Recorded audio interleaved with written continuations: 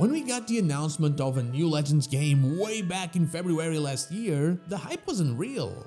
The last one, Pokémon Legends Arceus, took the whole community by storm by showing us a different take on the franchise, one that I feel people had been asking for a long time. One of the biggest changes were Ride Pokémon, something that we kinda had before, but we had never had this much freedom with them. And so, one of the questions asked way back in February was who will be our Ride Pokémon in Pokémon Legends Z-A? So far we don't know, but things aren't really looking great. So hey, I'm not so a strainer, and are they gone? Let's get into it. Like I said, while in previous games we saw the use of Ride Pokémon in certain parts of the game, like the short rides with Rhyhorn and Mamoswine for example in X and Y, or the longer ones with Tauros and Stoutland for example in Sun and Moon, things were 100% taken to the next level starting in Pokémon Legends Arceus. After running through Hisuian fields with Weirdeer, jumping and then swapping into his Twin Braviary to soar through the skies, and then holding on to a cliff by swapping into Sneasler, or simply having your Paradox Rhydon as a kind of everything-in-one package for Paldea, Kitakami and the Blueberry Academy, you kinda can't go back. Or you can, but it would be very hard and just not really feel the same. I mean, as kids, that's what we dreamt about, having our Pokemon by our side and getting through obstacles with them, kind of like they did in the anime with Ash and Brock and Misty and everyone that came after them. In the games, we only got a little bit of that satisfaction because we didn't really see it happening, but eventually we were able to do it, and it's hard to just get it and then see it being taken away, especially when we have such a big place to explore. And so, in this new trailer, my eyes were peeled trying to find the right Pokemon for Pokémon Legends Z-A, a game happening in the first region that kinda gave us right Pokemon. Like you can give me a like and a sub and also kinda join the channel as a member. After that first reveal trailer, I even made a video. In fact, I made two, one for regular rides and another for what if Zygarde is our right Pokemon. Still in this new one, I saw nothing. Well, not really nothing, but what I saw didn't really make me very happy. As for you, do you think we'll have right Pokemon? Let me know down below. During the trailer, we're seen traversing this new high-tech Lumiose City and taking one of those warp tiles from Pokemon Red, Blue and Green in order to reach the rooftops. Then we run through them and jump from one to the other, and this would be the perfect time to change into our flying Pokemon so it could drop us safely on the next rooftop, but that's not what happened. Instead, we kinda double jumped with the help of our Rotom phone. I was surprised, yet a bit disappointed. Does this mean that Rotom, or more specifically the Rotom phone, will end up being the only right Pokemon we have? It is cool and all that the Rotom phone might end up playing a big role in the game, as it could end up being our Paldean tie-in. During our adventures in Scarlet and Violet, we learned from Penny that Nemona's father is part of the board of directors from the Rotom phone company. So we might end up finally meeting him and maybe even meet her once more. But in terms of it taking over the movement for this game, I don't know, I feel like if it is confirmed, it is not a very exciting decision, or it doesn't feel like one.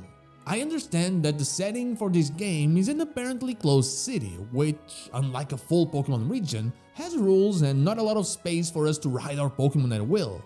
I mean, unlike Mesagoza with large open plazas, Lumiose City's streets and plazas appear to be a lot busier and narrower, meaning that even go-goat riding is likely not happening here. We do see the taxis from time to time though. But while I do understand this, I feel like there would be no better way to show our bond with Pokemon than by having us join forces with them not only in battle, but also outside of battle. I mean, it does seem like the bond between trainers and their Pokemon will play a huge role here, not only because of the requirements for Mega Evolution, which from the lore that we know does require exactly that, but also because of the whole goal that Quasartico has with the urban redevelopment plan and the reasoning behind all the wild zones we've seen so far. There's another possibility, maybe right Pokemon can be used inside of wild zones, but outside you have to use the Rotom phone. After all, we do see Pokemon outside of wild zones having fun with their trainers, and even us are taking out our starter Pokemon Chikorita, Tepig and Totodile outside of those areas. I mean, two Johto starters, I am still very surprised, but very happy with it. But it really does feel like the wild zones will be where the regular Pokemon stuff happens, the catching and the battling, while outside of them it's gonna be more of a chill thing. We're walking around with our Pokemon, we're chilling at a cafe, something like that. There are also a lot of battlefields scattered around the city where I feel we'll be able to take part in battles outside of the designated wild zones, with at least one of them being related to Vinny from Quasartico. I don't know if they'll serve as like bosses or something, but them existing really makes it feel like the use of Pokemon is meant for specific areas and not for everywhere, like in, for example, Paldea. I mean, even if you go back to Pokémon Legends Z-A, you couldn't really get your rides out inside of Jubilife Village, and that one is the big city of that game. With that in mind, I really think that Ride Pokémon might end up falling on that category, if they end up happening, which I'm still not very convinced about. With the Rotom phone clearly having a movement role here, plus the warp pads that take you up there to the rooftops, and also the fly points that instantly take you somewhere, this game might really just focus on battling.